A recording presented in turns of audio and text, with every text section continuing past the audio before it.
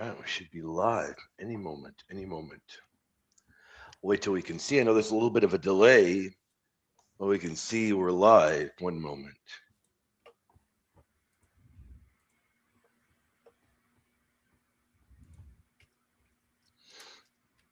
There we are, and I can see we are live. All three of us, and my bald head included, we are live, faithful. Happy to be back with the brothers here. We're going to be talking all things Canon related, and in particular, an article that we're going to be looking at. But before we even dive in, man, I'm thrilled and pumped to be back with both of these legends right up here. Brother Gary, how you been? And David, how you been? How you brothers been, man? Good. David, how have you been? Very good. Thanks. Busy as always, doing surgery, editing papers and doing all this scientific stuff. I love it, man. I love it. Great. And I just very quickly, I will be seeing you in a bit of a minute, Gary. We're going to be seeing each other in Kentucky very soon. I'm very happy about that. I'm pretty pumped for that. What about you, man? Oh, yeah. Yeah, I can't wait. It's going to be a lot of fun.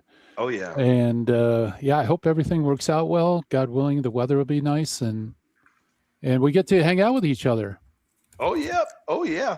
We get to hang out for several days, man. It's going to be great. It'll be a lot of fun. And if I'm correct, first conference we ever do together. Yes. Yeah, this is the first ever. So that's cool. There you go, man. There you go. Audience, for those that are tuning in right now, do us an enormous favor. Wherever you're tuning in, hit like, share, subscribe if you haven't yet. If you haven't yet, definitely subscribe. Put the notification bell, all those good things there. Gary, how about you get the ball rolling? You tell the audience, what are we going to be talking about today? Well, we're going to do another low-hanging fruit segment, which, tell you the truth, my back's starting to hurt from picking up all this low-hanging fruit. This one's a doozy, and it's from someone who has a doctorate. Apparently has a doctorate. Is that correct? Wait, hold on. Wait a minute. Wait. But people that have doctorates don't make errors? What do you mean?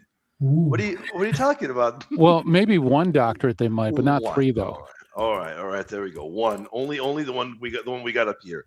The one we got up here. That's as I said, guys, before the show, never trust a guy with a PhD. Uh-oh. What does that tell you, man? Even my knife sometimes slips. Oh, man, I don't want to be there when that happens, right, Gary? Yeah, that's not going to hurt. That's not going to help you practice. I mean, saying stuff like that. But well, yeah. But at least you hold a knife. This particular thing. Basically, it's from our good friend, Prot Philosopher. We've done something about one of his works before. And a shout out to John Betts, who sent the link, actually. Yeah. He's active again. We know he had been very busy. And shout out to John. I don't know if John is watching right now, but happy that he sent it, and we're happy to tackle it. And let me let you all know another thing. We are happy to take your requests. Whatever videos you all are looking at, whatever reactions you all would want to see us do, we're very happy to hear your requests. Very, very happy and to do them. And this is one of the ones we're doing right now. So we're going to have a great time. Yeah. In fact, wow, this is really blowing out my face here. That's a lot of light. Yeah, I was about to say, that's pretty white. Yeah. That I'm trying to share the screen. That's why it's kind of crazy. Let's see here. So this is by Prot Philosopher, Chris Clues. And I think the last time we heard about him, it was we're going through a White video, right? James White was giving kudos about how fantastic he was, and which was issued all sorts of red flags for us right off the bat. And so this one's, he says, what Jedden shows about Trent and the Canon. And boy, I wish I could make that less bright, but I'm sharing the screen here if you want to bring it up. Oh, there we go. Yep. And let's see. Is it going to, I guess if you don't show my face, I can put it full screen. There we go. We got it there. There we go. Okay. So, yeah, so this is what we're going to look at today. And like I said, it's low-hanging fruit, as always. And I had a chance to go through some of it, not a lot, but quite frankly, the fruit is so low, I think we're probably not going to get through the whole thing anyway. Right, So, right. let's see if I can make that bigger. So, David, did you read this article? Yeah, like I just really run through it, but did not, give it that much attention. But I got the overall, idea what he was trying to communicate. And yeah, I agree. It's just tragic. Yeah. Yeah. And William, how about you? Did you get a chance to check it out? Yes, I did. Yeah.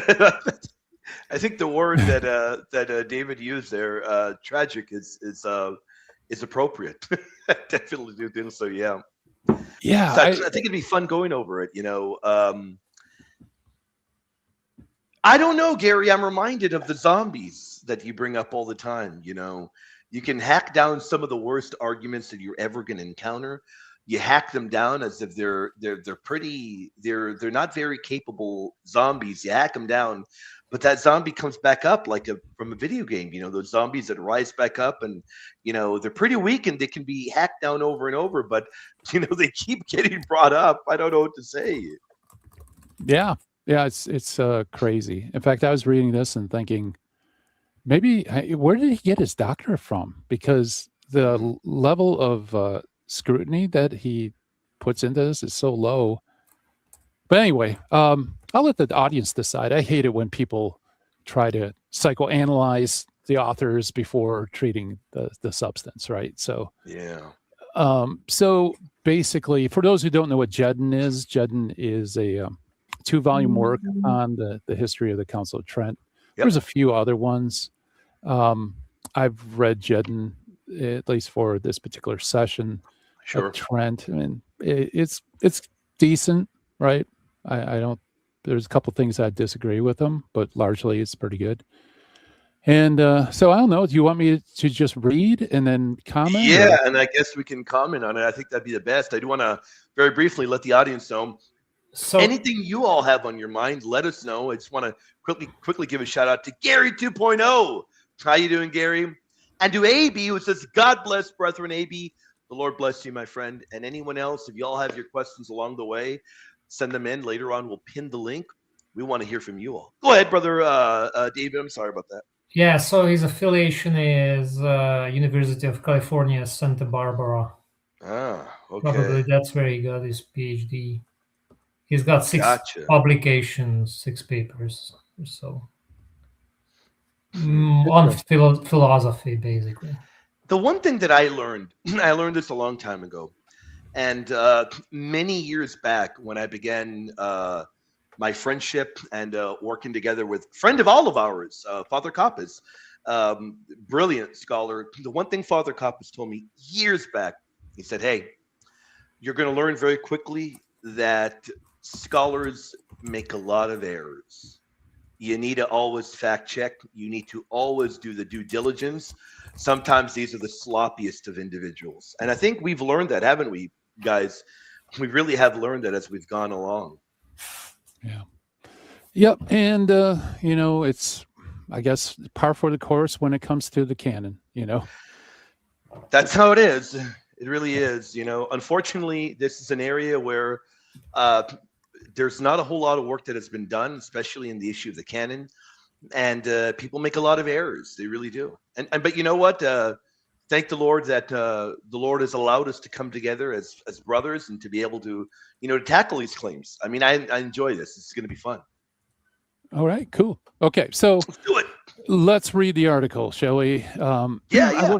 Okay, so the author says, and again, this is Christopher Clues, also known as Prot Philosopher, says, I worked through parts of Hubert Jedden's History of the Council of Trent, Volume 2. There's a really interesting section that casts doubt on the standard Catholic story about the canon. And what is the standard story? So he says the pop narrative, kind of funny pop narrative, I've encountered online runs like this. The canon is basically settled.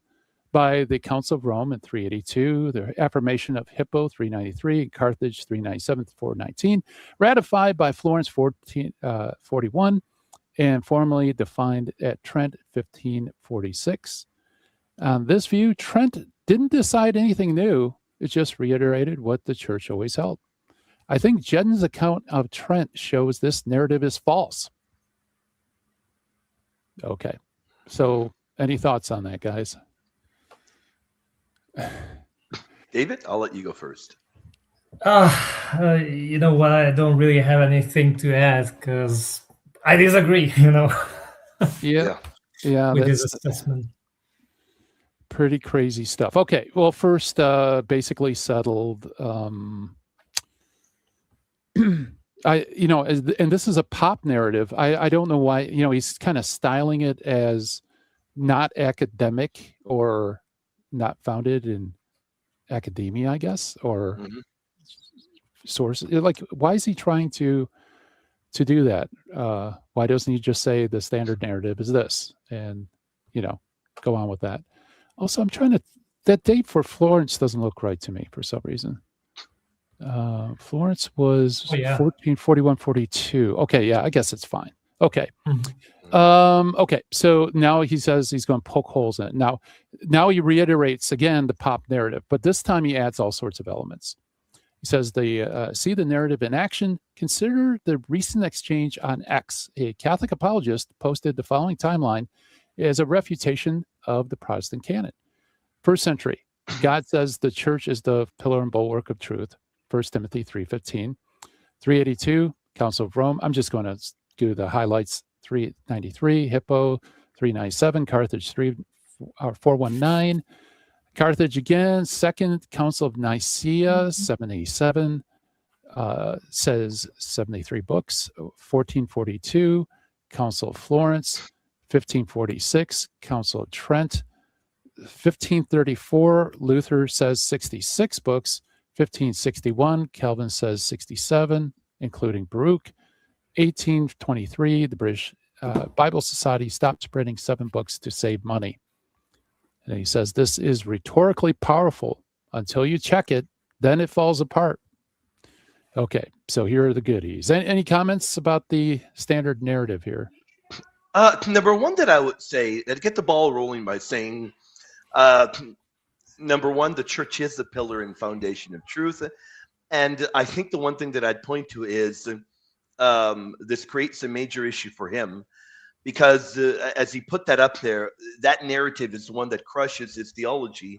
And that narrative does hold up. The church gave us, that church of the Bible gave us the canon of Scripture. New Testament didn't fall from heaven with a table of contents. And historically, the church that gave us the canon is that church. And when we consider the councils, Hippo, Carthage, the Carthaginian one from 419, we then look at the fact that these councils recognized that same Old Testament canon, later dogmatically that is affirmed there at Trent, and then forgive me, at Florence, then reaffirmed at Trent. Yeah, that's the difficulty that he's going to have to really, really deal with.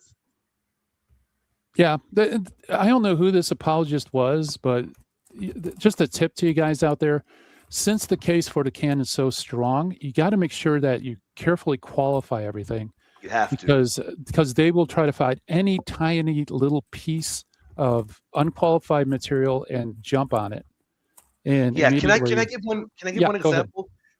I like that you brought that up, Gary, because when was it?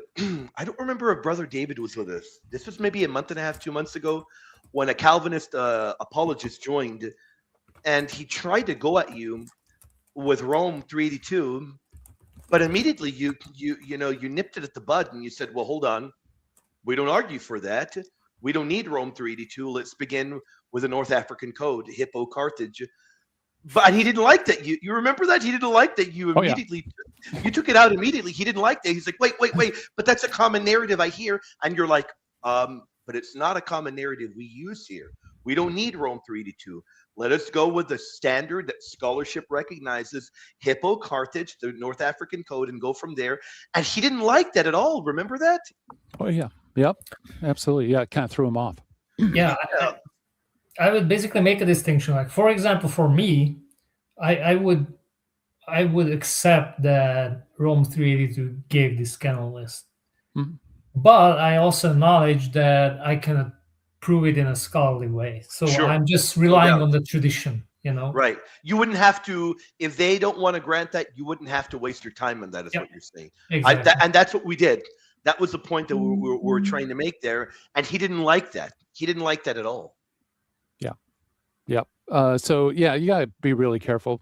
Well, you would put it as the Council of Rome. I say it's the Decree of Damascus, but that's fine. I mean, people do that. The other problem here, Second Council of Nicaea says 73 books. It doesn't. It No, it just doesn't. affirms the canons of previous councils.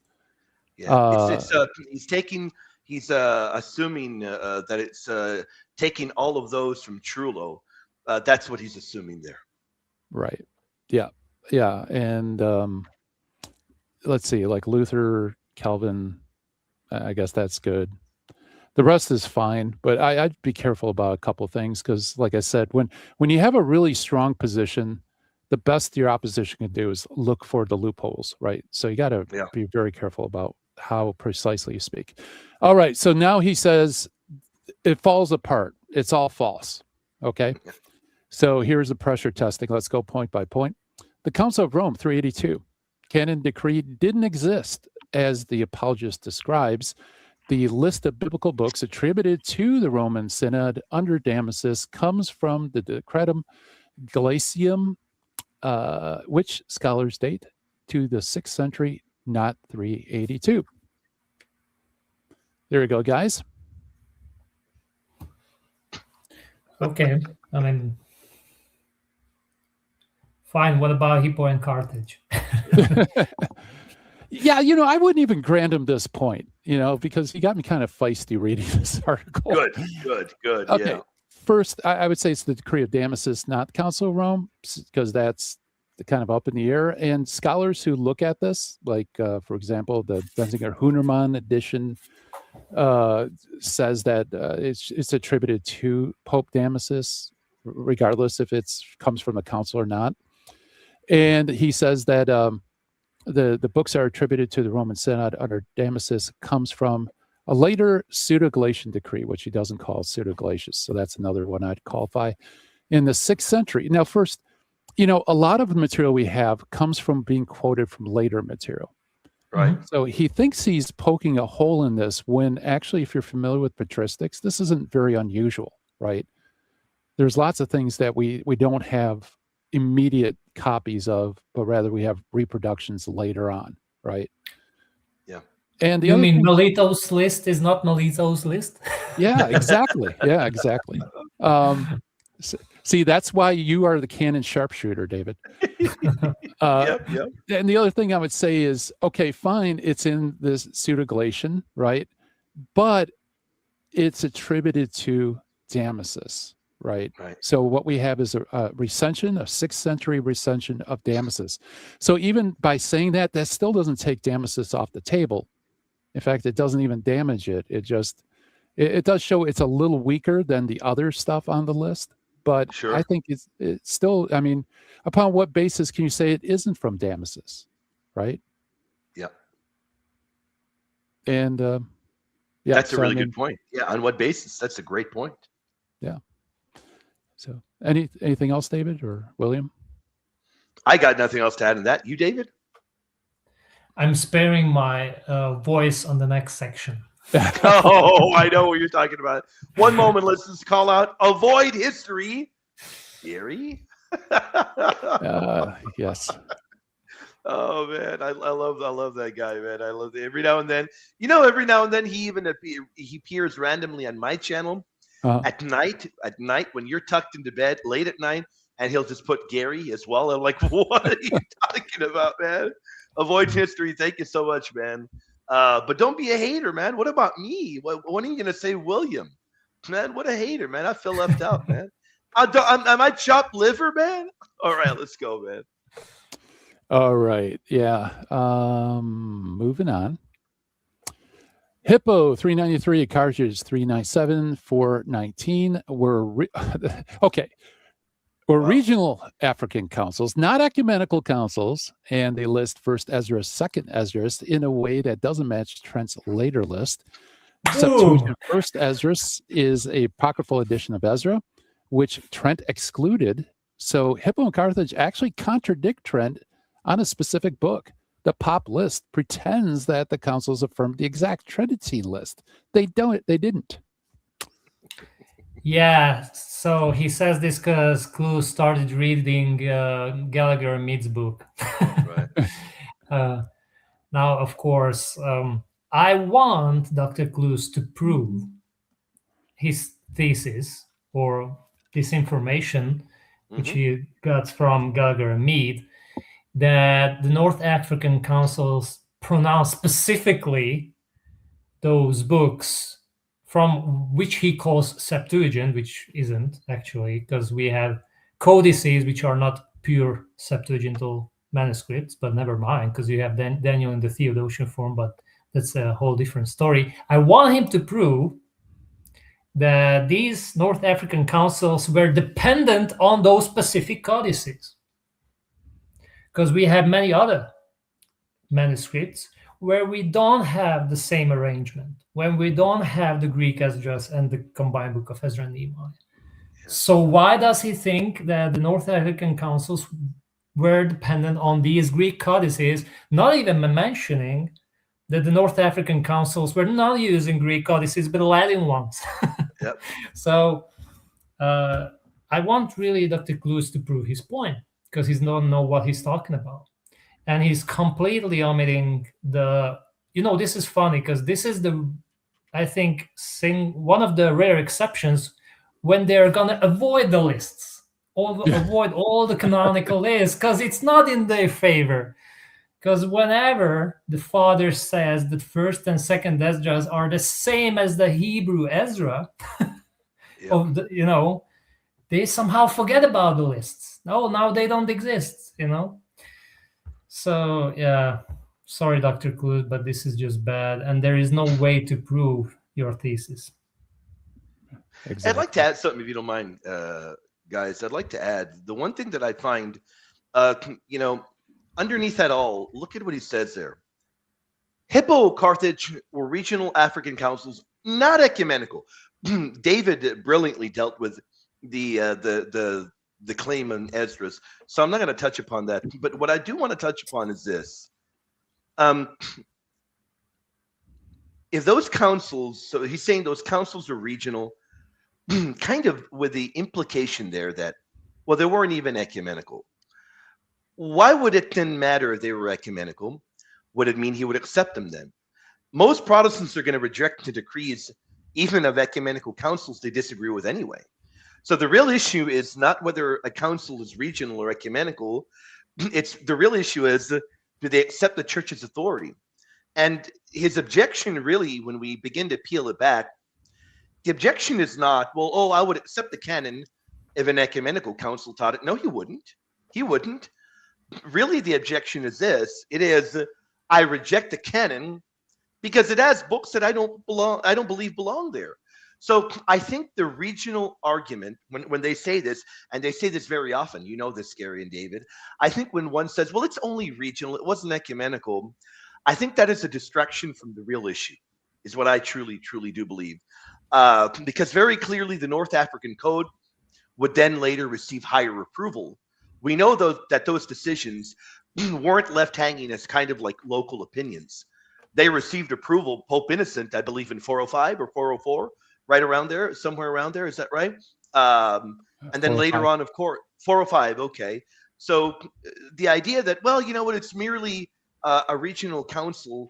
To me, the issue is this: even if it were ecumenical, I tell you one thing, they're not going to accept it. They're not going to accept it. I think that's a little bit of a hypocritical take there. Yeah, absolutely. The other thing too, and notice that once we have Hippo and Carthage, which is pretty much uncontestable as far as that yes, these are the councils and this is what they said. Now they have to start nitpicking at the authority, right? Because they can't dismiss it like the Council of Rome thing. So all of a sudden, it's not ecumenical. And actually, William, I have a slide I put up.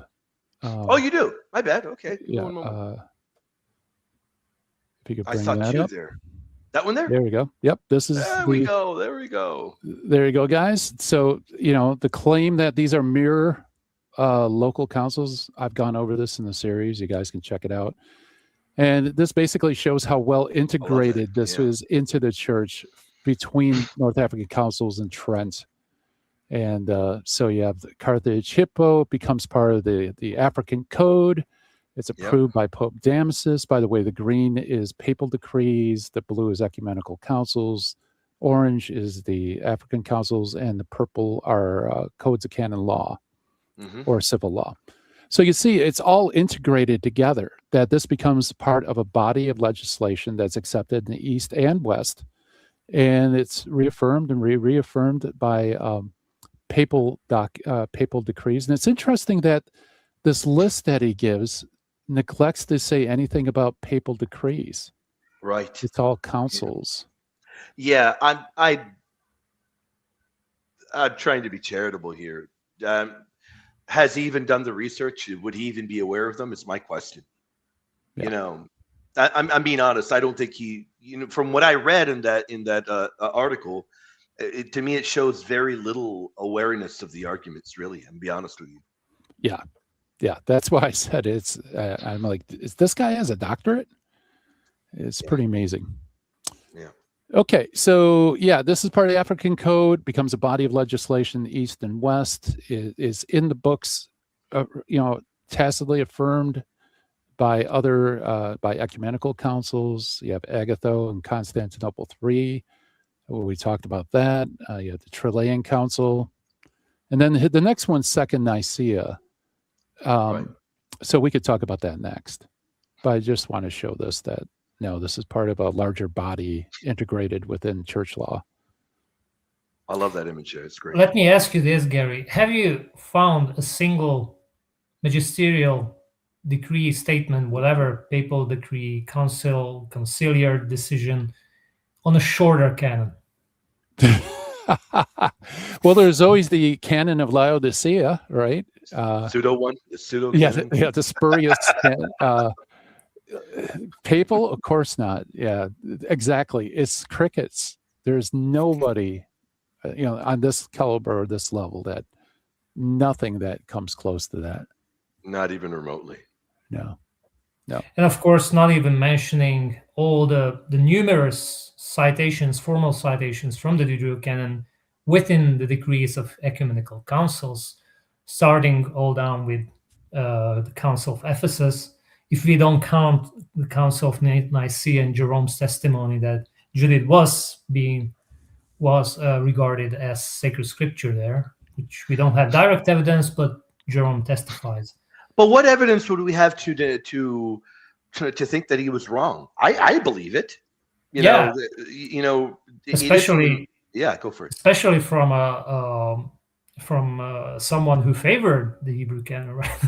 No doubt. Yeah, no doubt. I think it's his statement there carries veracity with it. I most definitely do. Yep. Yeah, absolutely. Okay, let's go back, and there's a lot more to debunk. Let's do it. Oh, my bad. Is that one the other one, right? Yes, the one, the white one that's blowing out my face. There we go. There we go. All right. Second Nicaea 787 issued no canon list. See, you went after that little crack that they said, it's 73 books. It approved the veneration of icons. How you like that for a non sequitur? Oh, yeah. I love what that. What does that have to do with... I didn't know that, guys. Well, that debunks that. That's what I mean. This guy has a doctorate.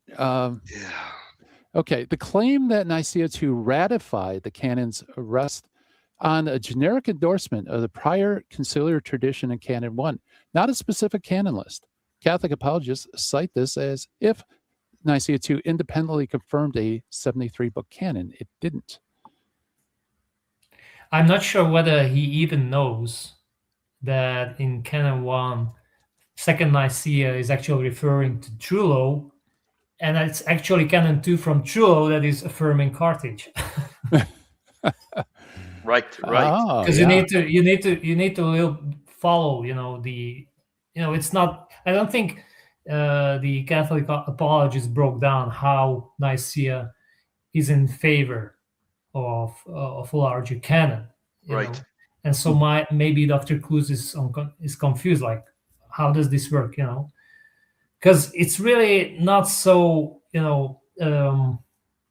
explicit, because Nicaea too refers to the decrees of the fifth and sixth councils, which mean quinisext, which means Trullo. That's correct. Trullo, yep. So there's a hint, but of course, because the fifth and sixth council don't have decrees, we have decrees, or sorry, canons, not decrees, canons. Because we have canons only in Trullo, we don't have canons in the fifth and sixth ecumenical councils. Yeah, yep. Right. And Trullo affirmed Carthage III, so the part of the African Code. Yep. Yeah, that's true. Yeah. So he's right and wrong. It's like, kind of following your line of thought, William. It's if Canon 1 didn't affirm this, then what did it affirm? Right. Exactly. Yep. Yeah. What else is on the books that fit that? Like David said, it's Trullo, and through Trullo to the African Code. Yeah, shout out to Tony, who says that it's actually even Philip Schaff, who says that through Nicaea, Carthage gained a quasi-ecumenical authority or status. So it's his man. It's a Protestant. Philip Schaff is the one who says this. So this is not is this a pop narrative, pop Catholic narrative? I don't think so. This is a historical narrative from none other than Philip Schaff. Yeah. Yep. Yeah. Good point, Tom. Yeah. Really, really good point. Very good point. All right. Florence, 1441, appears in Cantante Domino. It was not a conciliar list voted on by the bishops in the way Trent was. It was a list embedded in a bowl of reunion. As Jedin shows, Florence didn't close the question of the Catholic theologians of the next century. Cardinal Cajetan, writing in 1532, which is 90 years after Florence, held Jerome's position that the Diro canon was, quote, not canonical in the nature of the rule of confirming matters of faith, unquote. If Florence had definitively settled the canon, Cajetan would have been a heretic. He wasn't. He was a cardinal in good standing. Oh, Lord. Okay, guys. Let's get to the piñata. Let's do it, guys. Oh, man. This is pretty bad, This happens when you don't understand Catholic theology and start, just completely misrepresenting it. Yeah. Because this is how they look at it. It's either black or white. It's either anathema or nothing, or you don't have to accept it. That's not really how Catholic theology works, or even worked in history, because it's just nonsense. It is nonsense. It is. Yeah, a lot of it. I was just going through it. Doesn't make any sense. Conciliar list. Basically, Florence is unique in that the conciliar documents were put forward as papal bulls, and then the papal bulls were ratified by the council, rather than the council producing the document and then the Pope ratifies it. But what does that have to do with the time of day, right? He says the list was embedded in a bowl of reunion. Well, yeah, and everything else in Florence is embedded in the same way. So, he says Jedin shows that Florence didn't close the question for Catholic theologians in the next century. Well, yeah, it did. There wasn't any question about which books are in the canon or which books are inspired. There could be questions about whether or not they're fully inspired or fully canonical, or, that type of thing.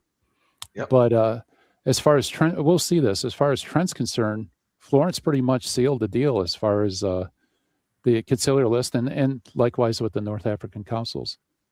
Yeah. And then he pulls out the Cajetan card too. That's hilarious. Yeah. So back to a well worn out card, if I may add.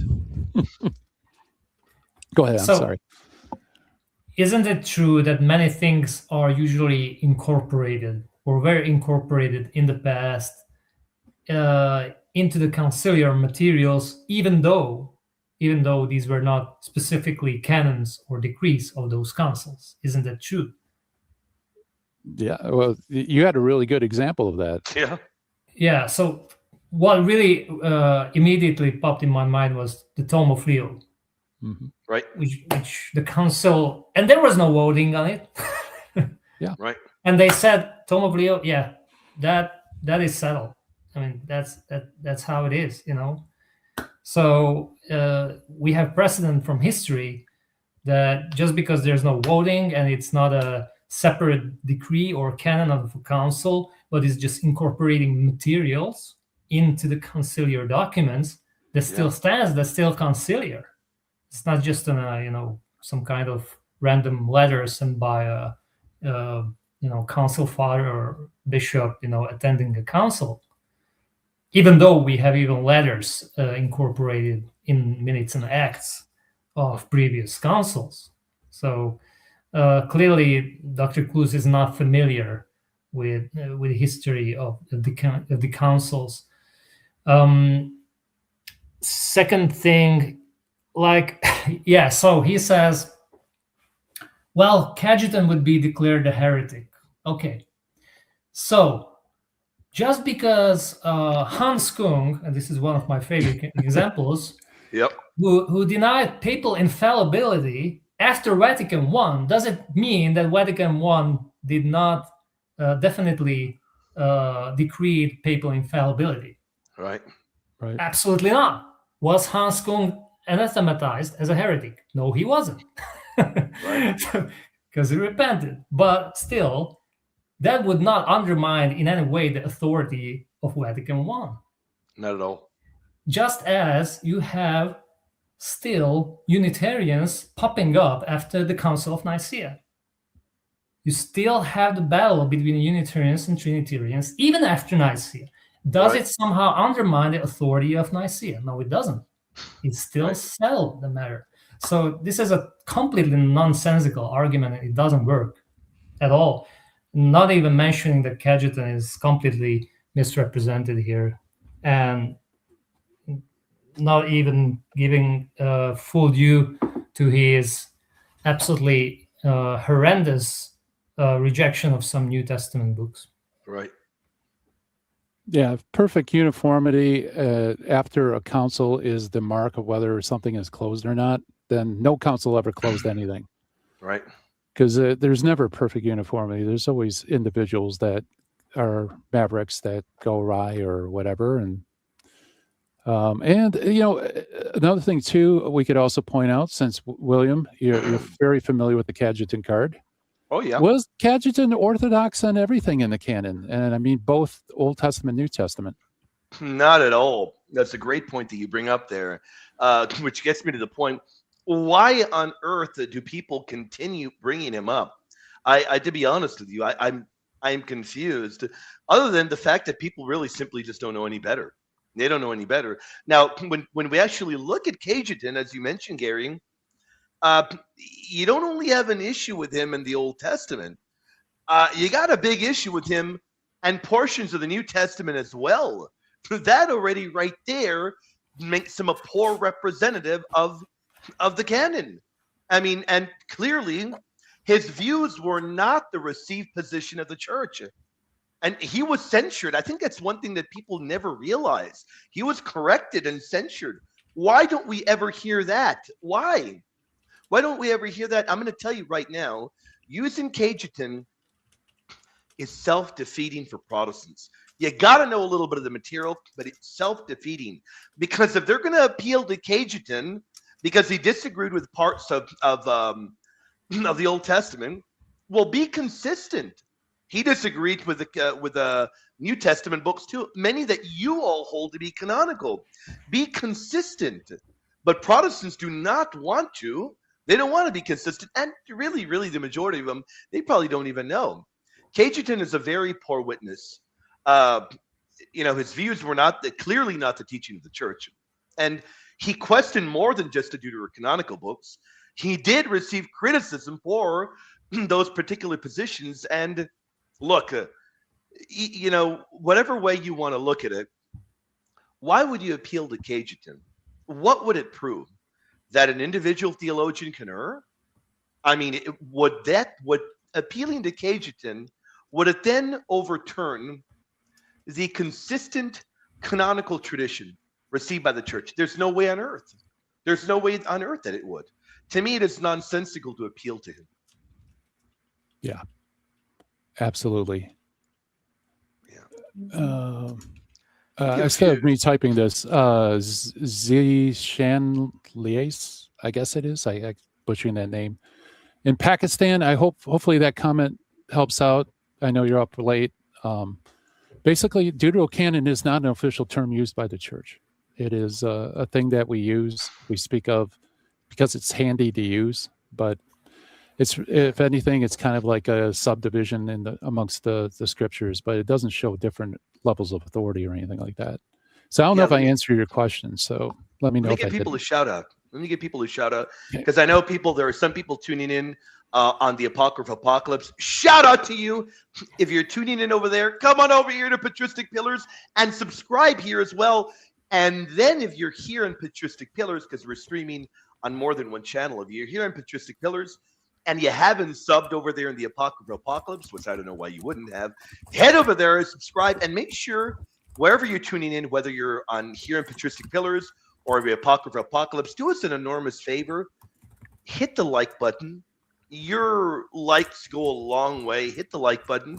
Don't forget to do that. And I want to give a shout out to John at the Apocryphal Apocalypse, gifted a membership. Now, what I like doing, my policy is this. I like to always call out who got gifted the membership. Let me go over there and see who got gifted that membership. John, thank you for your support, brother. Who got gifted the membership? It was Andy, our friend Andy Paulentino. Very cool, man. Andy, God bless you, brother. How you doing, Andy? We hope you're doing well. And John at the Apocryphal Apocalypse says, glad to see you guys addressing this article. I figured you'd enjoy it. I just got home. This is a nice birthday treat. Happy birthday, brother. Happy birthday. There you go, man. Happy birthday, man, from the Apocryphal Apocalypse crew, man. Happy birthday. And people, if you're here in Patristic Pillars as well, we want to give a hearty shout out, happy birthday to Brother John. And audience, if you have questions, don't hesitate. Send them in to us, or you can join the link and come back here. All right, go for it, Gary. All right. Now, it gets worse, doesn't it? It gets, yeah. If you thought that was low hanging. Oh, my goodness. You're going to hurt your back if you thought what we just saw a little while ago was low hanging. This is absolutely. Okay. It's going to be painful. So, Trent, 1546, I treat in detail below, which he does, sort of. As I argue, Trent was a divided council that decided a contested question by 24 to 15 or 16 vote, with serious Catholic theologians pressing the older Jerome Cajetan distinction, and with the majority's own claim being that of Augustine-Jerome dispute should remain open. So it's a contested council, guys. My God. Wow. David, any comments? Yeah, I'm. Too bad I didn't see that MMA fight in the council between Seripanda and Pacheco. That would be great. You like MMA? I didn't know you liked MMA, brother. Sorry? Are you a big MMA fan? Nah, but I've been like as a medical stuff, and MMAs. All righty, okay. Not anymore after I saw those broken jaws. But yeah. So anyway, yeah. Well, first, yeah. I mean, it's true there were a few guys like Seripanda, I think, who advocated for distinction there, but nevertheless, again, he repeats the same old canard from Metzger. This voting, which has nothing to do with voting on the canon itself, but it's a voting on whether an anathema should be attached to it or not. And by the way, he was called out on this on X, that he's actually using a false information from Metzger. Yeah. So he's very well aware of it. So the final voting after the discussion was 100% for the canon as we know it today. Mhm. And why doesn't he mention this? If he is really a PhD and he's following the data, then he should mention, well, yeah, the voting on what specific books should be in the canon without any distinction is that 100% of the attended bishops said yes, this for the Catholic canon, for the 73 books. So again, who is misrepresenting who? What is the pop narrative? Well, I think he is on the pop narrative side. And I would ask, I'm sorry, go for it, Gary. Go ahead. No, that's fine, William. In fact, I'm putting up something to share just to I would ask underline. this. Who contested it is what I would ask. And then let's just go with that. Let's grant him that. If there are some people that disagreed with it, what difference would that make? That wouldn't make it invalid. Let me grant him that. Let me just grant him that maybe, which he's wrong. You stop and you consider Nicaea was contested by the Arians, Ephesus by the Nestorians, Second Nicaea was contested by the Iconoclasts. So even if we grant him that, a council being contested or being opposed, so what? Does it then make it non-binding or non-authoritative? The fact of the matter is Trent was accepted universally by the Universal Church. So, I mean, was it contested? I'm pretty sure a lot of Protestants contested it. There's no doubt. The issue is not whether it was contested, is did the church receive Trent as ecumenical? And the answer is yes. Whether or not certain people contested it or whether or not Protestants rejected it, it proves nothing. It doesn't prove anything at all. Because to me, that's a circular argument if there are people that contested it. Because if a Protestant's going to say, well, Trent was contested because Protestants rejected it. That's circular because, of course, Protestants will reject Trent. It condemned Protestant doctrines. And we can put the same standard out there for the Arians, the Nestorians that rejected Ephesus, and on and on. It isn't a good argument, even if that was the case. In fact, the Arians had a much even larger council with respect to the number of present people. Rimini Salucia. Yeah, so it was even bigger than Nicaea, so what? Yeah, but on the flip side, he's not going to mention all the Protestants who were against rejection of the Diderot canon, right? Like the Anabaptists and others. Right, yeah, which is a very good point there. It's a valid point. So I don't think that's a good argument. Gary, what do you think? No, it's a terrible argument. You're absolutely right. Yeah. In fact, if you could bring that slide I put up, said Jednan. Oh, there we go. No, I'm not sure if this is. Yeah. So, okay. So even Jednan points this out, and I have it highlighted here. So this is from Jeddan's work that he's using. It says, the general congregations of the 12th and 15th February showed that there was a unanimous desire to take up the canon of Holy Scriptures within the limits within which the decree of the Council of Florence for February 1441 for the reunion of the Jacobites had circumscribed it. So in other words, that was a done deal. Which books are to be pronounced canonical was in the bag. Yeah. No discussions, I mean, even Jeddan points this out, and you can see this also in the primary source material and other secondary source material. Now, then the questions that did come up was whether or not should the council add discussions or defense of why Florence was right, basically. And that was one thing. And then, or should we meet difficulties raised by Protestants, so on and so forth. That was on there along with the anathema.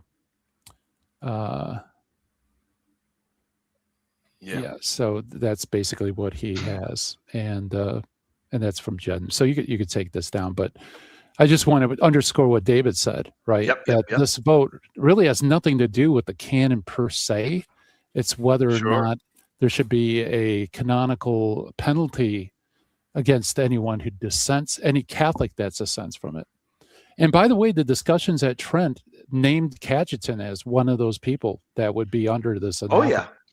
Oh, so yeah. they were yeah. so much for him being a cardinal in good standing, right, as far as the canon's concerned. Right, no doubt. Yeah. I mean, if Protestants are mad about the anathema, they can thank Cajetan for it. Oh yeah, there's no doubt about probably that. Serampando as well.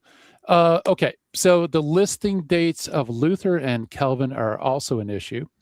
Luther's 1534 Bible included the Deuterocanonicals in a section labeled Apocrypha and described them as useful and good to read. That's Jerome's position. Luther didn't invent a 66-book canon out of thin air. He followed the tradition that reigned from Rufinus, St. John Damascene, Hugh of St. Victor, Hugh of St. Chair, Nicholas of Lyra, Cardinal Ximenes, and Cardinal Cajetan. The British Bible Society 1823 entry, which reads as if Protestants accepted the Deuterocanon until they got cheap, omits 3 centuries of Protestant theological judgment that had excluded the Apocrypha from the canon proper. Okay, guys, a lot up there. What do you, William, David, which ones do you want to pick at? You can go ahead, William. Number one, the one thing that I do want to mention off the get-go, and I think it is an issue for Protestants, I'd like to touch upon it, is the Luther Bible, and that's one of my treasures. I have an ancient Luther Bible that I got for virtual pennies in Germany many moons ago. But anyway, wow. Yeah, many moons ago. I don't think the individuals that I purchased it from, they had no clue. It's worth a pretty penny. That's one of my treasures.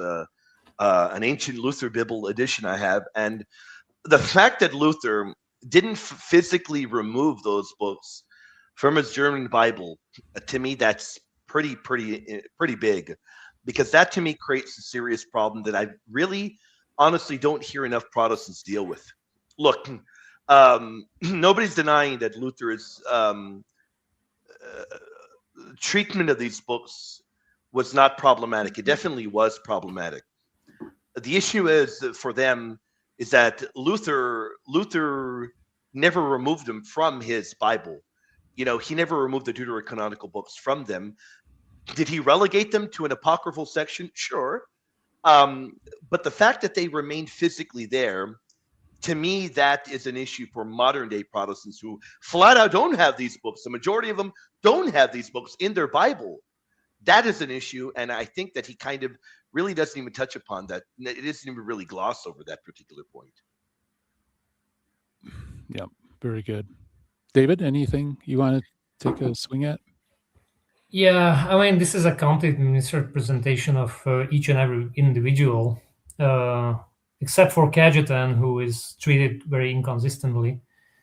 Not even mentioning that even Cajetan initially accepted the Deuterocanon. It's his own development when he came to rejecting it, with some New Testament books, as for example the letter to the Hebrews. Yeah. Certainly, Rufinus, John Damascene, and these others were not against the Deuterocanon. You just recently did one show, Gary, on Ximenes, and I think you nailed it completely.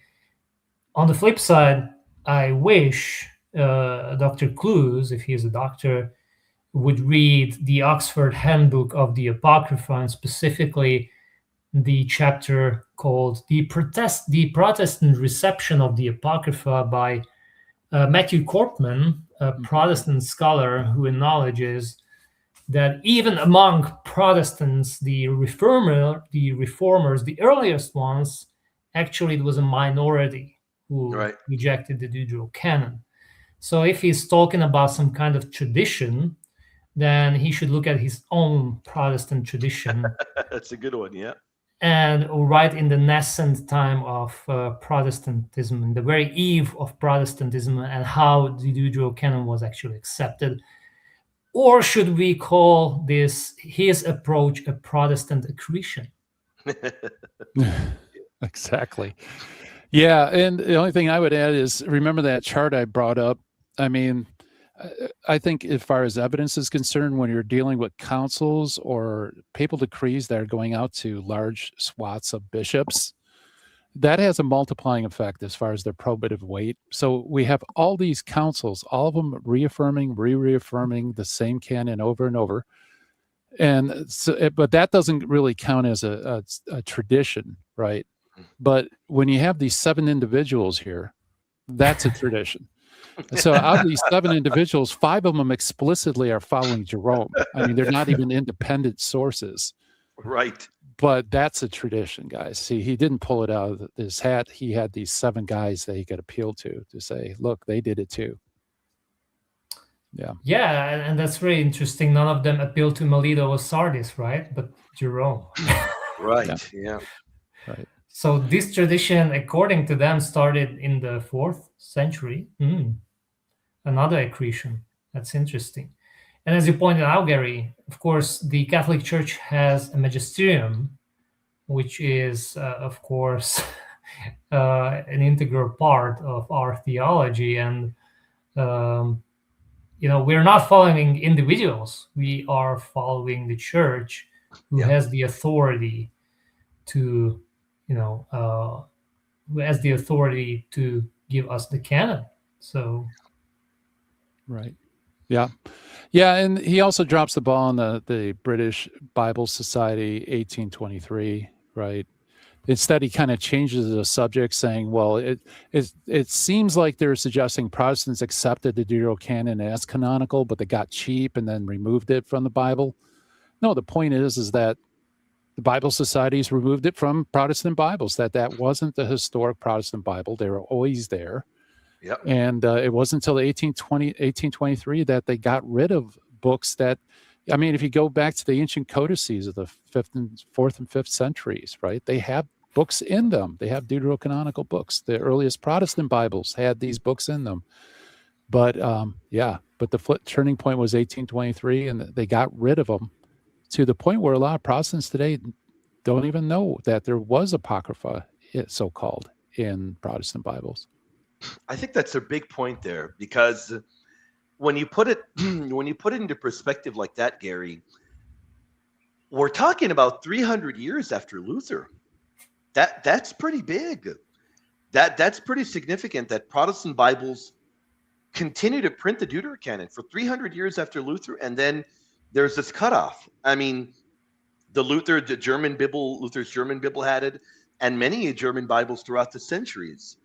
The original King James, what year was it? 1611, contained them, and I know that there are many Reformed and Anglican and other Lutheran Bibles that had them. Now we know they were placed in a section called the Apocrypha. Nobody's denying that, but they were still printed and read. They were printed and read, is the point we're making. So this is kind of like a watershed moment there, I would say, and it's significant because after that, what happens? Well, they begin to disappear from ordinary Protestant Bibles altogether, and then we're in the dilemma that we're in today, where the majority of Protestant Bibles, the majority of Bibles being printed, don't have these books. So that's an issue, and the issue here is problematic as well, because the removal happened so late. Why did it require a 19th century Bible Society a policy rather than being settled at the Reformation to remove them? That's pretty significant, isn't it? Yeah, absolutely. David, you were going to say something? No. I got a slide I want to bring up too. Yeah. Just give me 1 second. By the way, guys, as I'm hunting to get this, don't forget, like, subscribe, hit the bell. Yeah, guys, if you are watching here on Patristic Pillars, give us a shout out. If you are watching on Apocrypha Apocalypse, give us a shout out.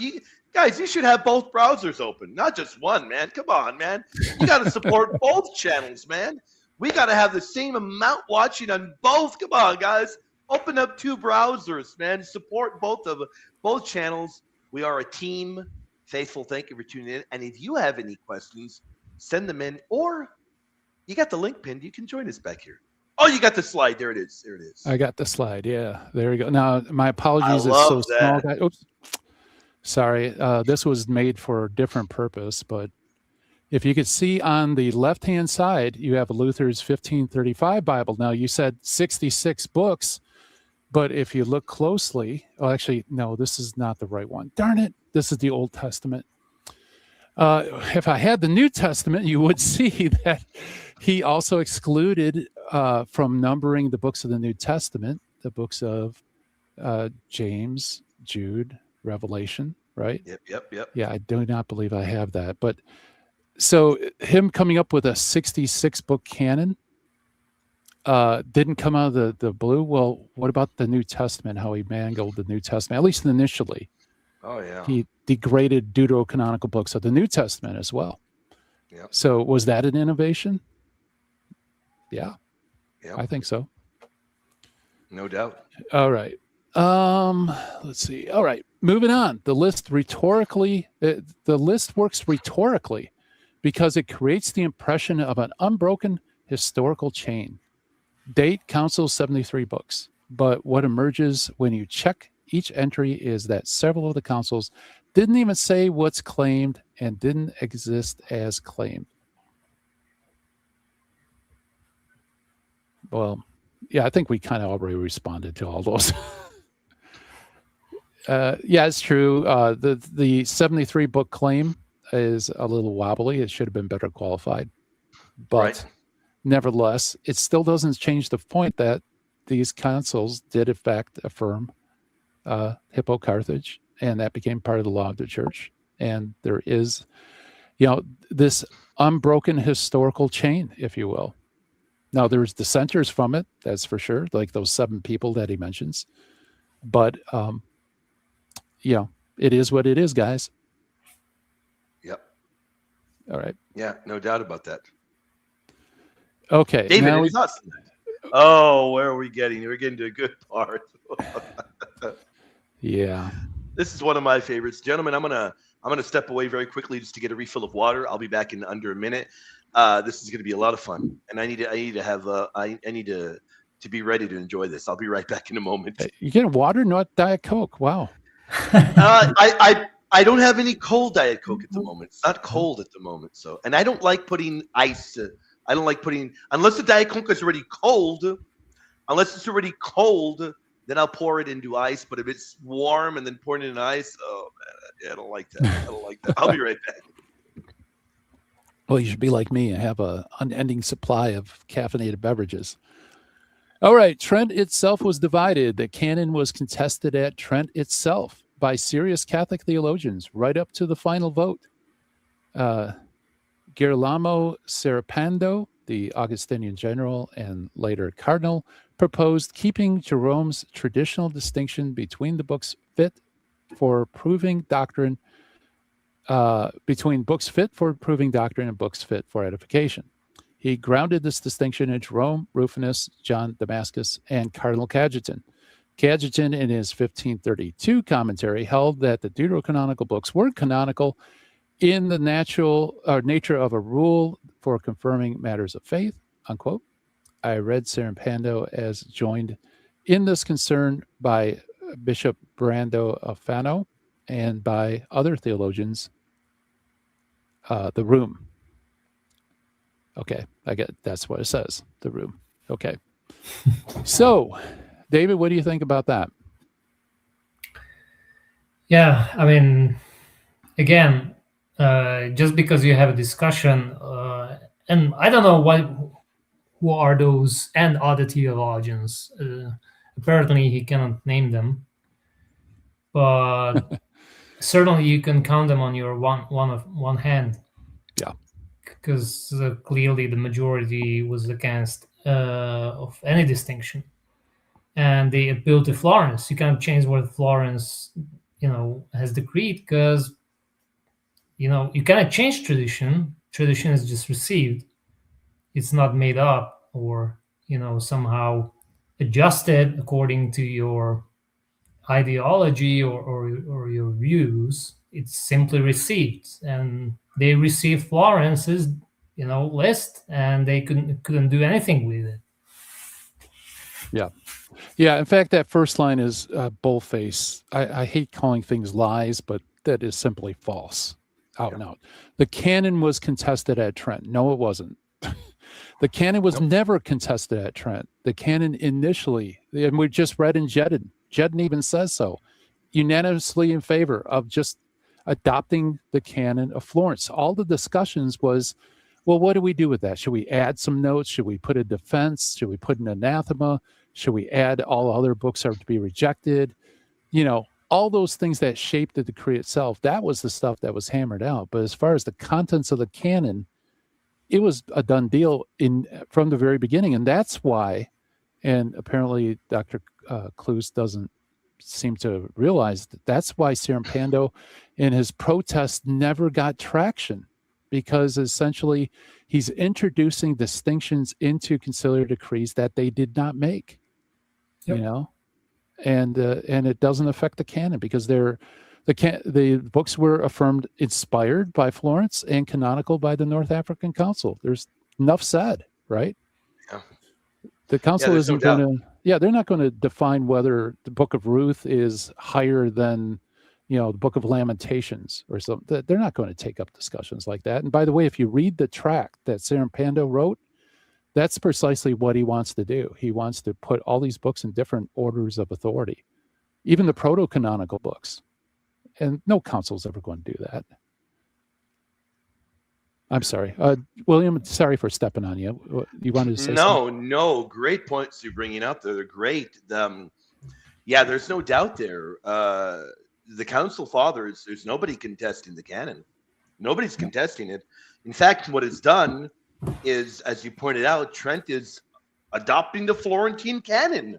The idea that Trent invented the canon, that argument is dead in the water when we know that it's just merely adopting the Florentine one. And we know that Florence had already given you a canonical list in the 15th century. So Trent is reaffirming that. And the council's very clear about that. Very, very clear about that. So that, anybody that does know this information, that are making the claims they're making, like we find in this article, that are very problematic, you got to learn your stuff, because when people hear, okay, well, there are issues being debated. The canon was not contested, and people often hear, well, okay, well, there was voting at Trent, and they'll hear there was voting without reading any of the context at all, and they'll then assume, okay, well, the books themselves are under attack. No, that isn't the case at all. That isn't the case at all. People need to read these things. People need to understand what is being said. And these are generally pretty bad arguments. Yeah. One more thing I want to put out is also Serampando isn't exactly in line with Jerome either, because Serampando wanted to include a distinction between the canon fide and the canon moralis. Mm-hmm. Okay. But both of them are canon. Right. Where Jerome explicitly says these books are not in the canon. So why did Serampando feel the need to make the Deuterocanon canonical but not capable of confirming doctrine? That's because he's trying to squeeze it into the councils of Hippo, Carthage, and ultimately Florence. So he even has a modified Jeromist version of Jerome. It isn't even straight Jerome. Okay. And again, you got the Cajetan card thrown out there again. Okay. What a big shocker. And by the way, some of the people that also wanted distinctions weren't completely in line with Serampando. They were, the reason they kind of were grouped together was for different reasons. But I'll just leave it like that. Okay, February 15th vote. Okay, now we get to the 15, guys. Here we are. Yeah. I take the key February 1546 vote on adding the anathema as central. Jedin records that, quote, the discussion was so obstinate that there remained no other means to ascertain the opinion of the council than to put the matter to the vote. The count was 24 on Del Monte's side and 1516 on the other. Roughly 40% of voting prelates opposed it. That's not a council ratifying an ancient consensus. That's a divided council deciding a contested question by simple majority. You gotta love that paragraph. That is sorry, so guys. terrible. I couldn't help but laughing. I'm sorry. I couldn't help but laugh. Sorry about that. I was suppressing it, guys. Okay, so who's going to have the honor of the first shot on this one? I think you deserve the honor of the first shot because you've dealt with this for so long. And David and myself came in a little afterwards because this has been going on for Gary. I think that this argument has been going on and being used since before we met, right? Yeah, right. Yeah. Okay, yeah. I'll take the first whack, but I'm going to leave some fruit for you guys. Leave a little bit of Gary, leave a little bit of the piñata, please. Yeah, my back is hurting from picking up all this low-hanging fruit. Okay, so at least he says this is about the anathema, not about the canon, like Dr. White said. Jedden records, and this is a correct quote from Jedden, I looked into it, that the discussion was so obstinate that there remained no other means to ascertain the opinion of the council than to take a vote. Well, how else do you do it, right? I mean, ultimately, they're trying to form the document form. Of course, you're going to have, there's lots of votes that take place, and some of them are close and some aren't. It's like, do you want this in the decree? Do you not want this in the decree? One last thing that I'll throw out, and then you guys can pick up the rest, is that last line. Sorry. After talking about the anathema, he says, that's not a council ratifying an ancient consensus.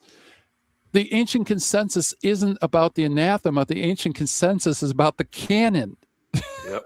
A completely different issue. The anathema is a disciplinary aspect of the decree. And yeah, it does have dogmatic implications, but it's like, no, there's no ancient consensus about whether an anathema should be. I mean, that has to do with the season, the day, you know, what's the status of people dissenting from the sure teaching of the church. Yep. And it's a prudential move, but it has nothing to do with the ancient consensus. Like Jedden says, it basically is already in the books. There wasn't any discussion. Okay, so I'll leave the rest to you guys. Yeah, I'm trying to think of what else to add. David, what do you have? What else do you have to add? Yeah, I don't have much else to add there. I mean, I think you clobbered it. Yeah, I think really ultimately the issue is this. The issue is completely misrepresenting what happened there. And the issue is repeating an argument very clearly that it's not true. Over and over, we hear this getting brought up. And ultimately, what it amounts to is, in my opinion, a misrepresentation of what really went down in terms of the canon. The canon, there is no issue there. There is not like an issue where we have a few fathers wondering, okay, wait, hold on. Well, you know what? Maybe we should vote on whether or not Tobit belongs there, or maybe we should vote on whether or not Judith or Wisdom or Second Maccabees. There is no such kind of voting there that occurs at all. The canonical list at Florence is reiterated there at Trent. An anathema is attached at Trent for very clear reasons as to why it is attached there, because they're dealing with something completely different than what was being dealt with at Florence. And I love the point that our brother, Orthodox Philip, will reiterate, and he'll say that's an interesting fact of history, that at Florence, for whatever reason, the reunion council failed. We grant that lamentably. For whatever reason, we're not going to get into that right now. But one of the things that we were in agreement on was the canon. That was not an insurmountable doctrinal issue. East and West agreed on the canon. So there at Florence, there is no necessity to attach any kind of anathema. East and West agree on the canon there. You get to Trent, and we're dealing with a different scenario there. But the idea that at Trent, we now have debates that are occurring as to whether or not Tobit or any of these other books should be in there, and there's a kind of divisiveness there to where certain fathers are against it and certain are for it, is a complete distortion of history. I'm sorry, I rambled too long there, guys. No, you didn't. Not at all. David? You both nailed it. Sorry. Well, we'll give you first shot at this one then. No problem. Okay. Parity was fought through April. the council's own secretary, Massarelli, affirmed that the parody language of all books having equal authority was not given the force of formal decree on February 15th. Parity between the deuterocanonicals and proto-canonicals and between scripture and tradition was fought over for almost 2 more months. Jedden documents that the question of whether scripture and tradition were to be held with equal or mere similar authority was actively contested in the drafting of March and April. April 5th, the vote approached Bishop Nachante of Chicago, I guess, I have no idea, declared on the floor that the council that, quote, equal adhesion to scripture and tradition is impious. He had questions of tradition principle in the same reform-sounding terms that the General Council of February 26, where Jedden describes his speech as so aligned with the reformers that, quote, one almost imagines Luther speaking, unquote. 3 days after April 5th declaration, on April 8th, Nachante submitted to the final decree.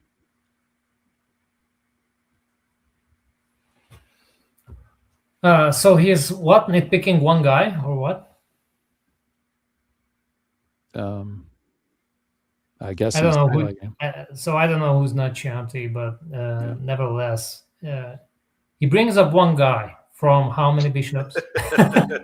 Yep. Is this the silver bullet, or what is this? I mean, what does that have to do with the canon? At least I would say this favors. Let's say everything's true. Someone was contesting this stuff. Okay, this actually gives credence to Trent.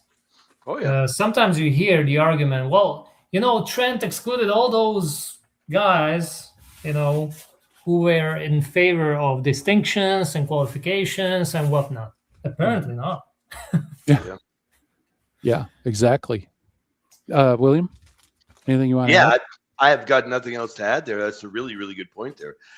It really does turn around on him. Yeah, I agree. Yeah, and by the way, the thing I would mention as I grab a iced tea I bet it's is good. the very first line. That they affirmed that the parody language of all books having equal authority was not given force of formal decree on 15th. Okay. Why would you even need to do that? Yeah. Right? They're inspired and they're canonical. Yep. So why in the world would a council have to say, well, these books have this much authority and these have this much, and this book is lower than this book? I said before, no one's going to do that. And that's kind of what Sarah Pando wanted them to do. Right. Yeah. So, as far as the canon's concerned, once you check the box of inspiration, in my opinion, it has divine authority, right? Oh yeah. And really, a lot of this mixture of confusion going on in the Middle Ages has to do with the humanists who were developing different theories of inspiration, that some books are more inspired than other books, and some are correct. If they have more doctrinal content, that they're more pregnant with the inspiration than others. But that's, whether or not that's true, it doesn't take away from the fact that these books are divine. They have God's authority.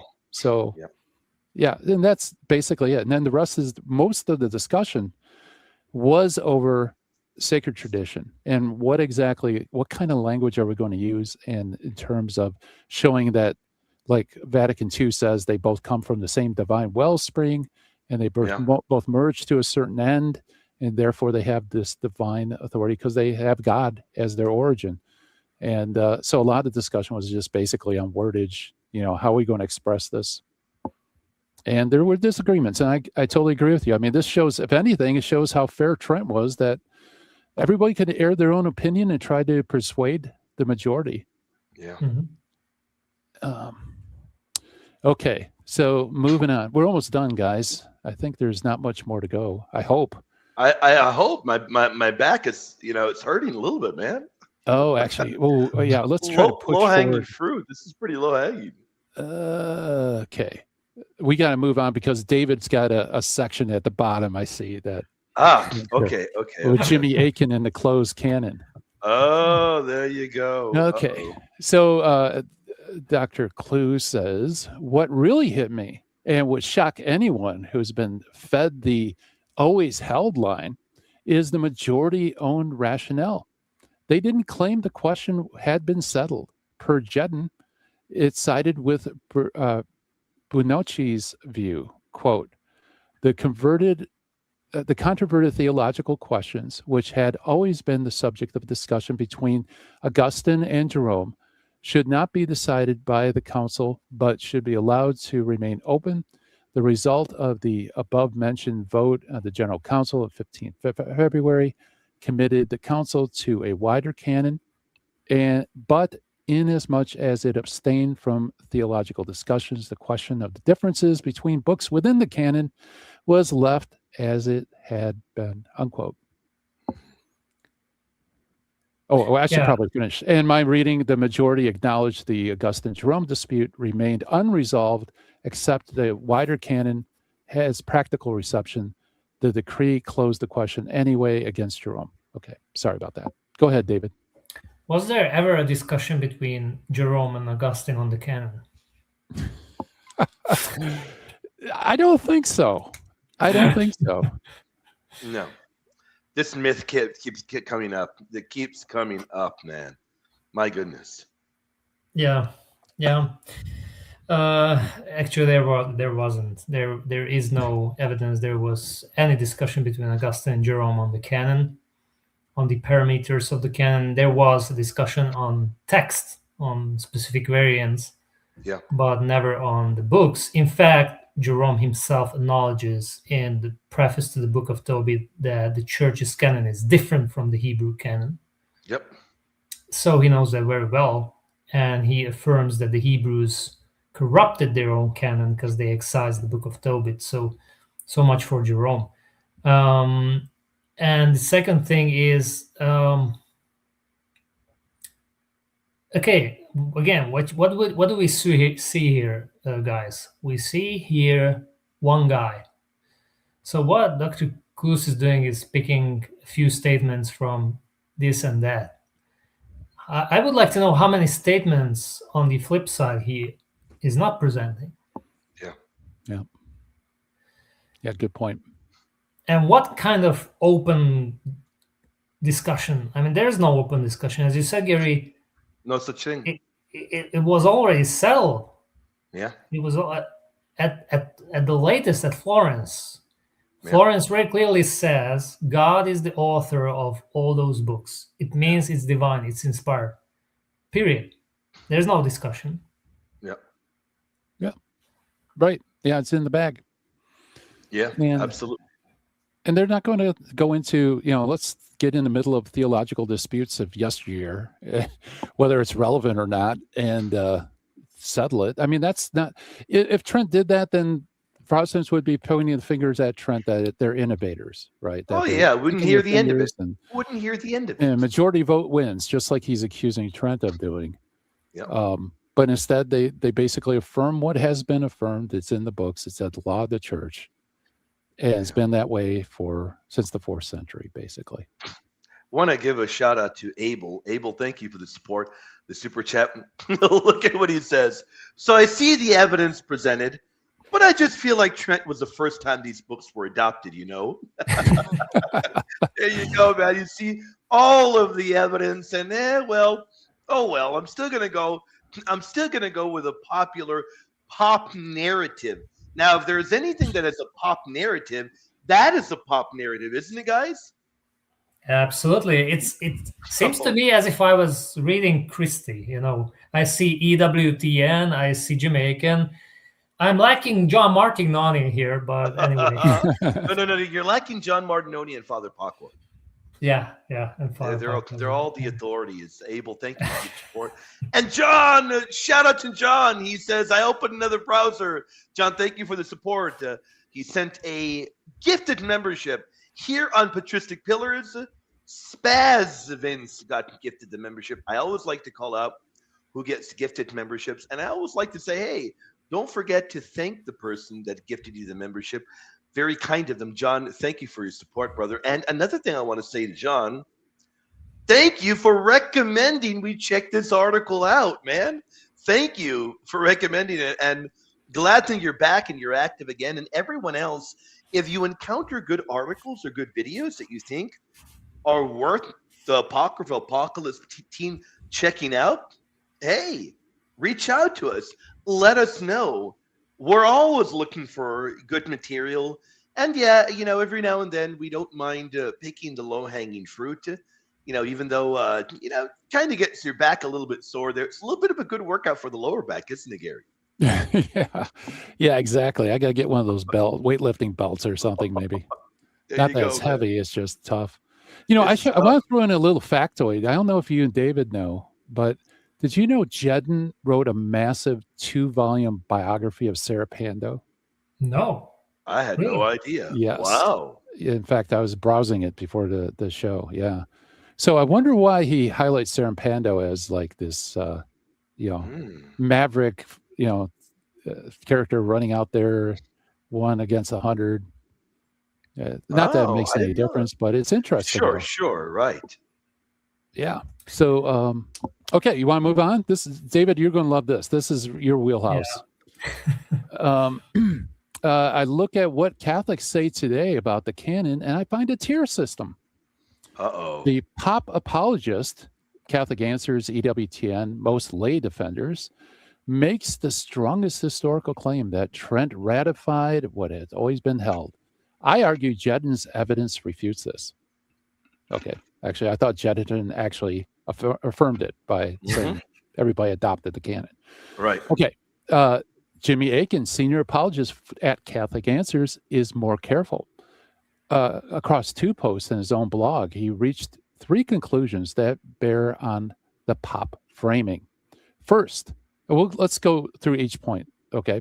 First, that the extraordinary magisterium hasn't actually closed the canon against future editions.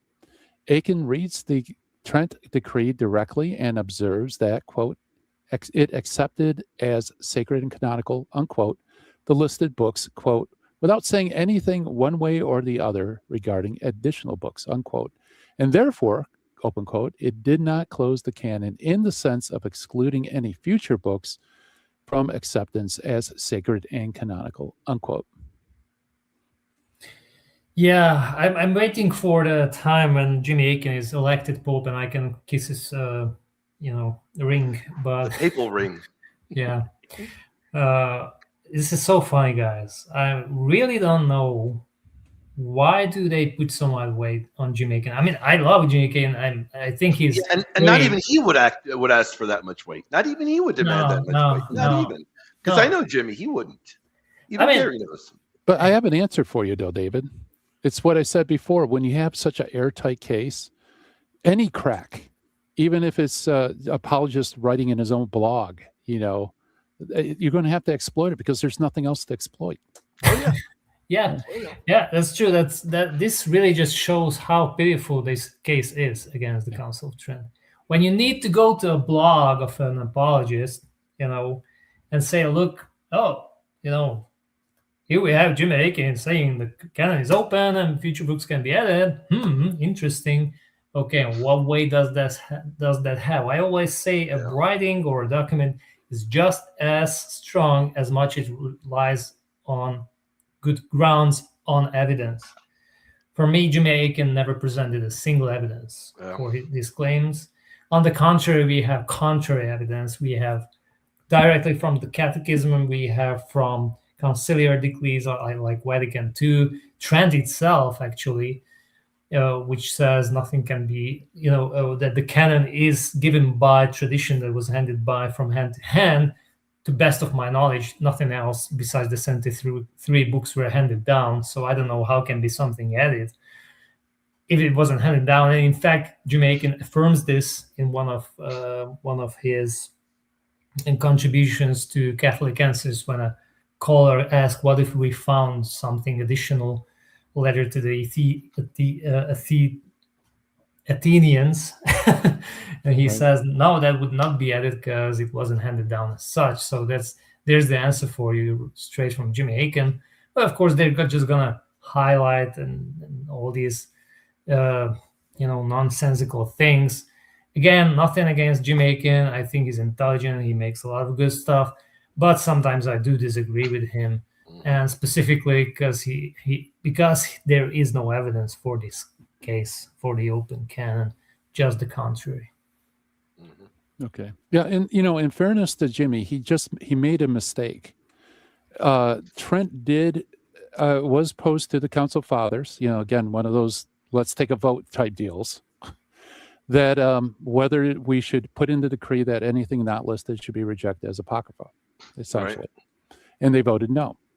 So but the thing is, so they didn't explicitly reject books outside of the canon, but they didn't. That doesn't necessarily mean that therefore extra canonical books can be added to the canon, right? Because that's sacrosanct. So, and my theory is that it did that because of Eastern churches. If we ever get in union, they'd be allowed to use the books that we would consider extra canonical, but they consider holy writings, provided that they don't insist it's canonical, right? Because the canon's basically closed. But he misses that little distinction. So because he says that they could be accepted as sacred and canonical, I don't think it would go that far. They could accept it as sacred, but not canonical. I like this particular question from Orthodox Philip. Has anyone ever seen any father indicate an open canon? No. I have seen fathers say the canon's closed. I've never seen anyone say it's open. I agree there. Good point. That is a good point from the brother. Yeah, there you go. Anything else, David, before we move on? Yeah, maybe just that, Trent's decree is certainly closed. Because again, once again, if books, only those books are canonical which are received, and only those 73 books are received, then nothing, by necessity, nothing can be added. Because nothing else is received. It's very, very simple, actually. Yeah. And why do we say that the canon was de facto closed even before Trent? Because since it's dependent on tradition, right? That tradition shapes Trent. Trent is not making up the canon; it's affirming what was handed down, which means Florence already, dictates what Trent has to affirm. There's no other way. And if there is no other way, it means it's closed. so it's sad. It's you just need to think about it a little bit, what the decree of Trent says, and actually why it already confirms that the canon was already set. So it's not like Trent closed the door. No, Trent affirms the door is closed. Yeah. Yes, absolutely. Okay, second, the ordinary magisterium hasn't closed the canon either, since it, quote, has not entertained the question of what happened if an unknown apostolic book were discovered, unquote. Aiken's settled position is that the canon is theoretically open and practically closed. Now, notice he says apostolic book, so that would be a New Testament book, kind of like the Athenians scenario you said. So theoretically open, practically closed. Yeah. Okay. Third, that the church has historically tolerated genuine canon uncertainty for long stretches.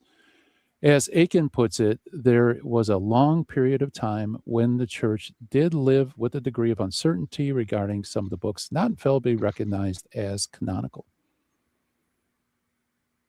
And he says, I want to be careful about what I'm taking from Aiken. He isn't conceding that conceding the reform position. He's defending Trent's authority on the books it received. But his claim undoes the, quote, always held by everyone line, unquote. If the church on Aiken's own reading lived with canon uncertainties for centuries, the pop apologetic framing of ratifying a settled consensus collapses. Yeah, that's because of the wrong reading of Jim Aiken's, how he reads the decrees of Trent. That's it. Yeah, I would say that the error here is that Dr. Coos is kind of equivocating a little bit on consensus, right? The way we use consensus is a majority or practically unanimity, right? Yeah. but it's never in its totality uniformed. Right. Yeah.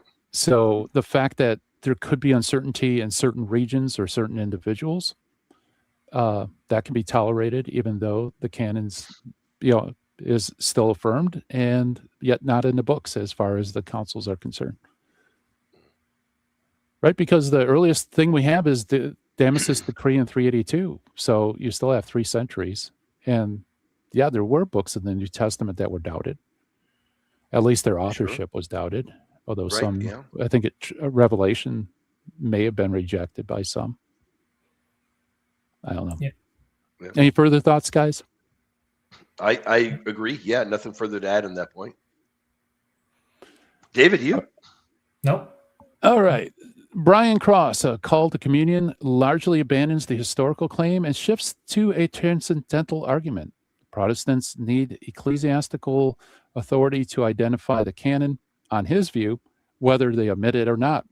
I take this to be an argument that doesn't collapse under Jedden's evidence.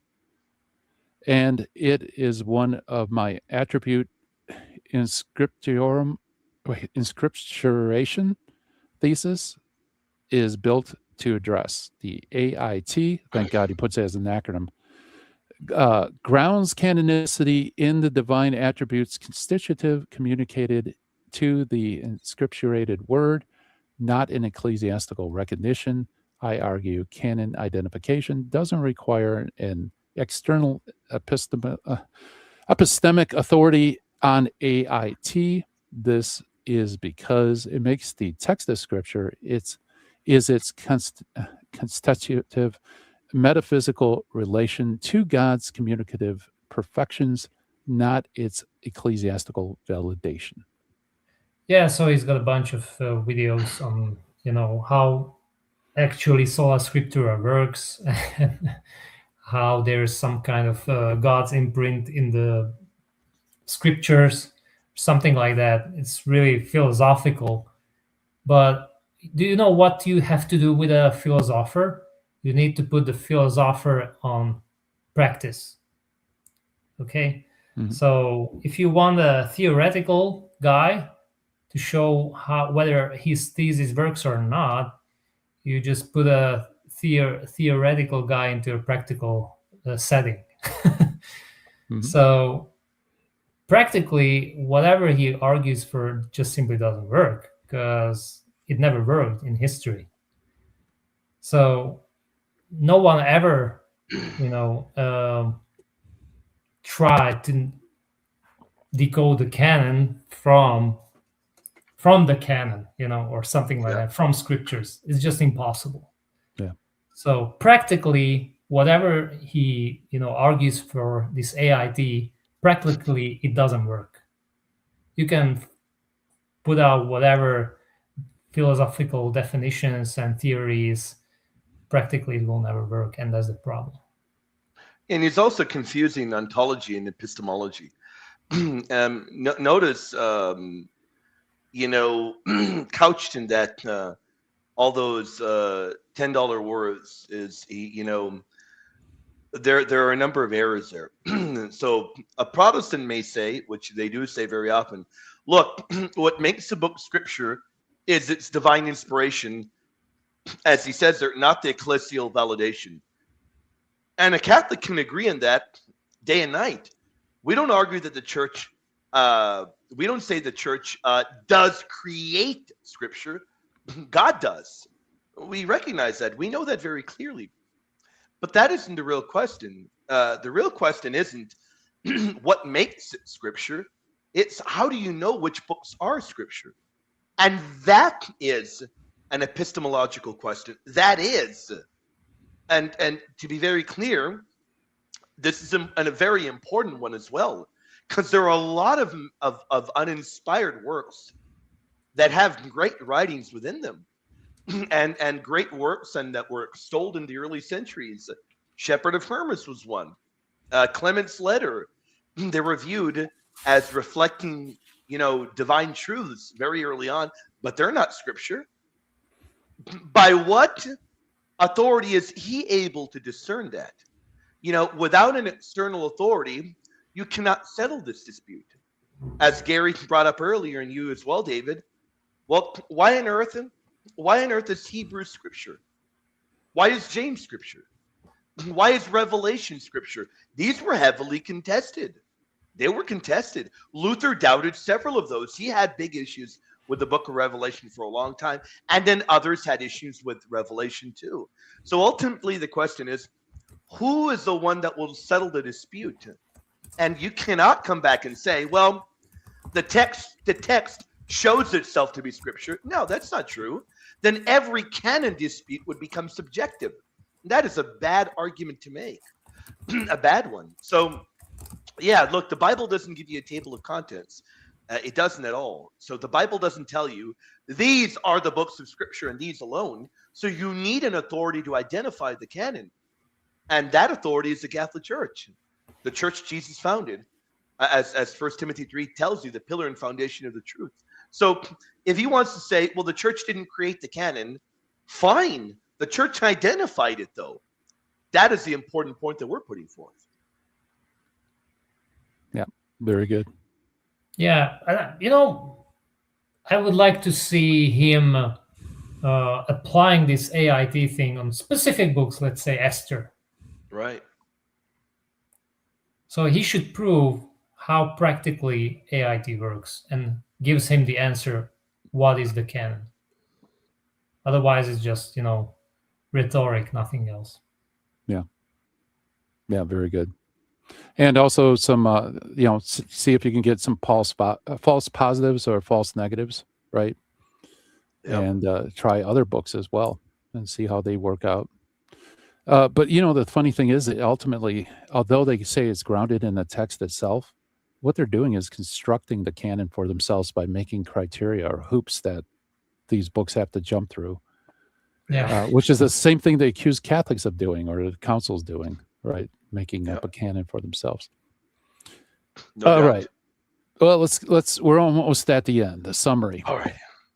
Here we go. So here's my working summary. Trent didn't ratify a canon the church had always held. Trent decided by a 60-40 vote a question that serious Catholic theologians, including the future cardinal, had treated as open within living memory of the council. A majority reason for accepting the wider canon was practical reception, not closure of the underlying theological dispute, which they explicitly said should remain open.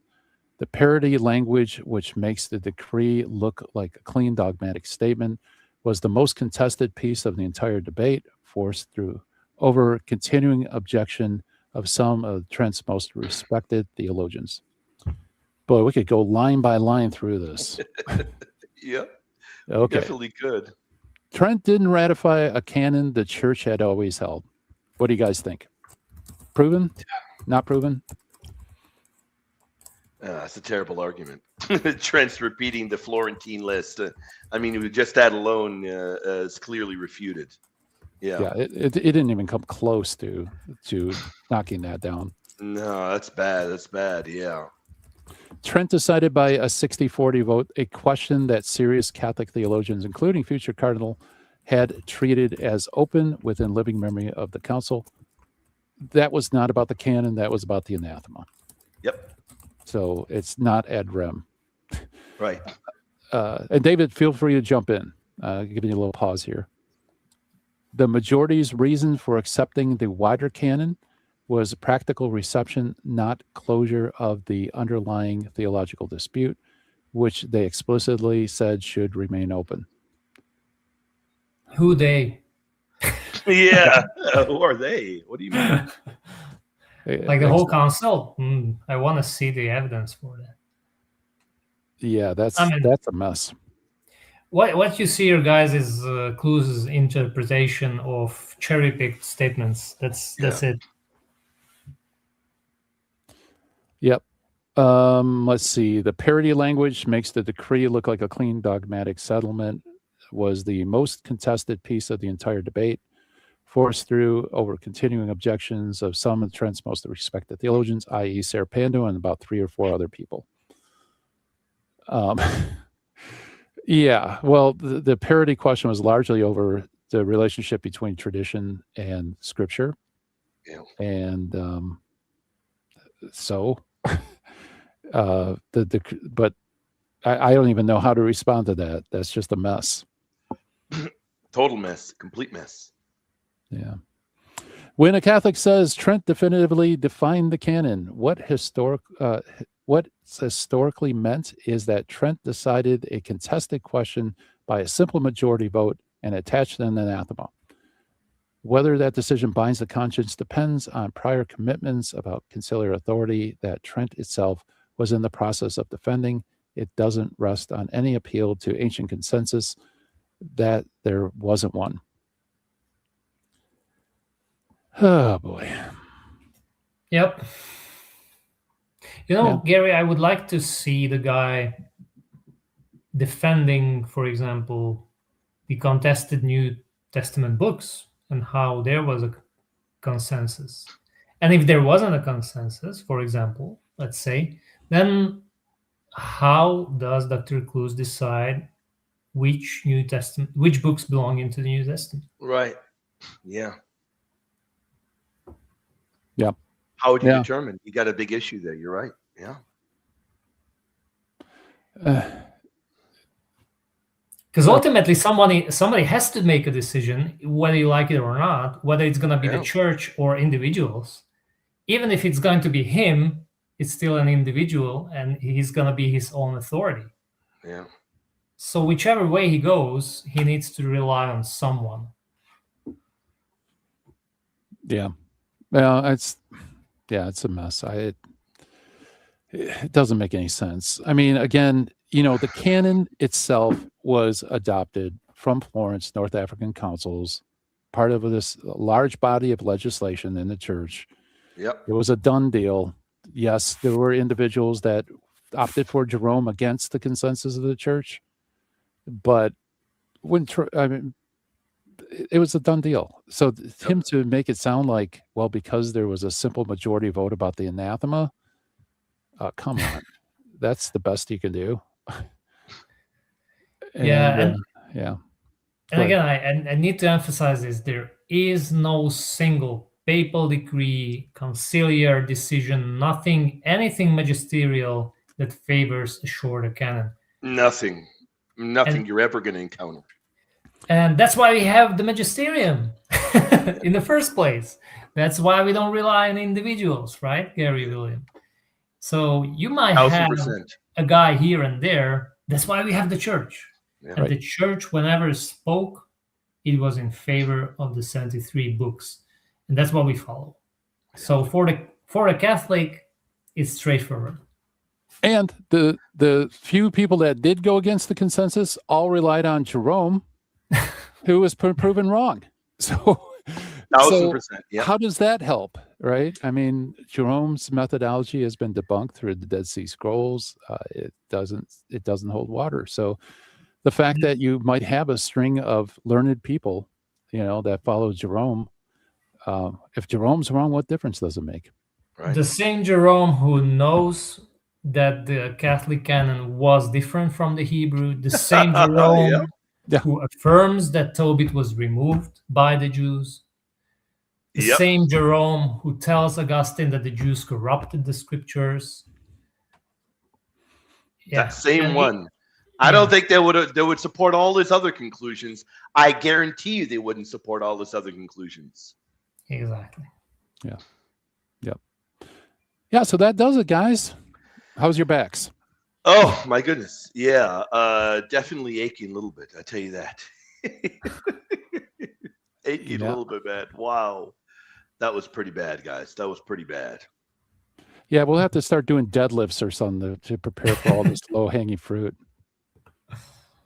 Yeah, I agree 100%. Yeah, there's no doubt about that.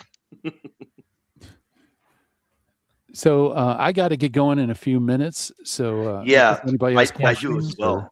Yeah, I got to get going as well. At maximum, I've got. I don't see any questions. At maximum, I got about 5-7 minutes. So if anybody does sneak one in, but I don't see anything there thus far. Well, really quick, tell us about the debate. Oh man, it went great yesterday. Tremendously fun. Yesterday evening, I was a modern day debate in the evening. debated on whether or not Jesus was God. It was a ton of fun. It was a great, great time. Had a blast. And hey, look forward to more debates. You guys know I'm a debate junkie. I love it. I love it. Yeah. The butcher house. That's right. Well, I guess we're done then. Yeah. Just do a shout out to subscriptions and let's do it. Let's do it. Guys, any final words? Any final shout outs? Yeah. Well, I'm pumped and thrilled about the conference coming up next week. We're going to get to hang out with William. Man, that is going to be a blast. It's going to be tons of fun, man. I can't wait for that. You know, we're going to have a lot of fun. Not first time meeting. We've met multiple times. First time doing a conference together. If any of you all are in the Kentucky area, y'all get to hang out with us. Y'all get to watch. Y'all get to hang out. It'll be a ton of fun. I'm looking forward to that. Yeah. It's organized by you two guys, or No. It's organized by a brother by the name of Michael. The brother Michael Snellen has put together an enormous conference of a bunch of speakers from all over the place, and it's going to be multiple days. Gary, correct me if I'm wrong. It will be from the 11th to the 14th. Is that right? I think so. Yeah. Yeah, June 11th to June 14th. Let me see. Yep, June 11th, June 14th. So if you all are in the Kentucky area, and if you're going to be heading over to that conference, let us know. We'd love to see you. We'd love to say hi to you. We'd love to hang out. It'd be a great time. We'd have a great time. Yep, absolutely. David? Gary, when are you going live next? When are you going live? Tomorrow. There you go, man. Early in the morning. Yeah, well, I'm going to dive into the Matthew Thomas Bible. Ooh, there you go. David, brother, what about you? What do you got going on? What is new with you? Nothing special. Everything the same. And it was a blast, guys. I enjoyed it very much. All right. Amazing. Awesome. Well, with that, we will close the doors to the dojo. We'll be back again soon together with each other. And brothers, this is great. You all have a great rest of your day. God bless you all. Have a great one.